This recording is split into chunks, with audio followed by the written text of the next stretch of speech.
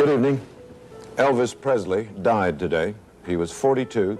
Apparently it was a heart attack. He was found at his home in Memphis, not breathing. And can you imagine, in 1977, turning the TV on and listening to this shocking news? His road manager tried to revive him. He failed. A hospital tried to revive him. It failed. And I've heard in many interviews, they spent such a long time trying to revive Elvis Presley. But I understand why. It was Elvis Presley, and no one could believe that he had passed. His doctor pronounced him dead at 3 o'clock this afternoon. The end, at an early age, of one of the two most spectacular careers in the history of American entertainment, the other being Frank Sinatra's. Long after he became an institution, he was a part of American popular history. In the 1950s, the great swing era of Benny Goodman, Artie Shaw, and Tommy Dorsey was about dead. Big band pop music had turned into what was called bop or bebop, remote, obscure, bloodless. Nobody liked it. Nobody could dance to it. And then here came Elvis with a hot, stomping, steaming, sexy kind of music that turned on young people as pop music never had before. Others came along, including the Beatles, but they were all indebted to him, and most of them said so. I couldn't have put it better myself. And it's true. All of the famous people around the world, the famous singers, related back to Elvis Presley in some way or another. He died today. Even though he didn't drink, smoke, or drive his own car, he quit breathing at the age of 42. And we're about to listen to a very touching interview with Joe Esposito. Almost brings tears to my eyes. Let's keep listening. A phone called Priscilla to tell her that Elvis is gone. And she wasn't home at the time. I got a hold of her sister, Michelle. And Michelle said, what's wrong? And I said, I got to talk to Priscilla. And just so happened, Priscilla came in the house at the time, and I told her what happened. And she went hysterical. And I just think no one could believe that Elvis had passed. Everyone thought he was invincible, larger than life, and could never die. But they were so wrong. He was so vulnerable, and he needed help. And she said, how's Lisa? How's Lisa? I said, Lisa's fine. Don't worry about that. So I'll make arrangements to have the plane come out and get you. And then I called Colonel Parker in Portland, Maine, and got him on the phone and told him what happened. And he sort of didn't know what to say. He was in shock at the time. He said, okay, do what you have to do. I'll be there this evening. And I find it so interesting, Joe Esposito letting the interviewer know that the things he had to do once he found out Elvis had passed, and the people that he chose to tell.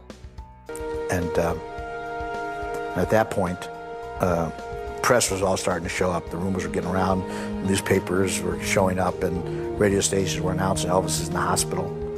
And I couldn't go out and talk to the press, so I had the PR guy from the hospital talk to him. He made the announcement to them that Elvis had passed away of a heart attack. And this is heartbreaking, but Joe Esposito couldn't bring himself to be the person that tells the world that Elvis Presley had passed. The whole world was about to get a massive shock. Charlie and Billy and I all hugged each other and had the police department, one of the police department men took us back to the house, Graceland. Just went into a mode to help. I went and saw Vernon, talked to him, and I told him, if there's anything you need, we're here to help you. We all got together and figured out how to make arrangements for this, for Elvis's funeral. And we just did it. It was a lot of work. Phone calls were coming in from around the world. And they did a fantastic job. Such an emotional funeral that affected the whole of the world. And Margaret called. She was playing Vegas at the time, and she wanted to come, and I said, well, it's going to be a mess here. And she says, I'm going to come anyhow. So her and Roger Smith came, and George Hamilton showed up, and a lot of the other people, we just said, just don't come, it's going to be too hectic. And we started making the arrangements. And Vernon asked me if we could get all white limousines for the funeral, because Elvis loved white. The Memphis Funeral Home, the people came out and saw us, and Vernon wanted the same casket that he had for Elvis's mother, Gladys. Same casket for Elvis. I have to give those people credit. They really did a good job, because it was made of solid copper, and it weighed a ton. They had to fly it in from another state. He got all these limousines from different states around. We all just worked together and did it. It took me about 3 months after Elvis was gone to realize he was gone. And I'm so glad that Joe Esposito did this interview and describes the detail of what went into all the different decisions leading up to the funeral. And he is so emotional and passionate in the way that he tells the interviewer. Action News 5, live from the Mid-South's leading news station. Good afternoon, I'm Peggy Rawl. And I'm Lee Edwards, sitting in for Dick Williams, and this is the news at noon. Stunned fans mill around the gates of Elvis Presley's Whitehaven mansion this afternoon, while scores of fans, friends, and show business celebrities pour into Memphis for funeral services tomorrow for the King of Rock and Roll. Mason Granger is standing outside the gates at Graceland right now and has this live action cam report. Pan over a little bit with the camera right over here. Hundreds of people here. They've been gathering all morning long. There was only a small group at about 6 or 7 o'clock this morning, but as you can see, it's grown to a huge number of people right now at noon. Elvis Presley's body just arrived here at Graceland. A hearse carrying the singer's body left the Memphis Funeral Home, winding its way down Elvis Presley Boulevard to Graceland. The hearse quickly turned down a side street and pulled into Graceland by the back entrance. Elvis's coffin was taken from the hearse and placed in the mansion's music room. At 3 o'clock, the fans started filing in for their last view of Elvis. The coffin was open. Elvis was dressed in a white suit, blue shirt, and blue tie. Elvis's own family, some members of the family arrived last night at the Memphis International Airport, including Priscilla Presley, who is Elvis's ex-wife. She arrived with other members of the family last night to be here for Elvis's funeral tomorrow. And that section of this video just describes everything in every detail that we need to know. And it's so interesting. And the footage is amazing. I'm so glad we have this footage. I could watch it over and over again, but it touches me here. It makes me feel quite tearful and emotional. But I must watch it. Let's keep listening. An autopsy shows Presley died of an extremely irregular heartbeat. The exact cause of that fatal flaw may never be known, but the medical examiner says drugs were not the cause. Hypertension and a disease of the arteries may have been contributing factors.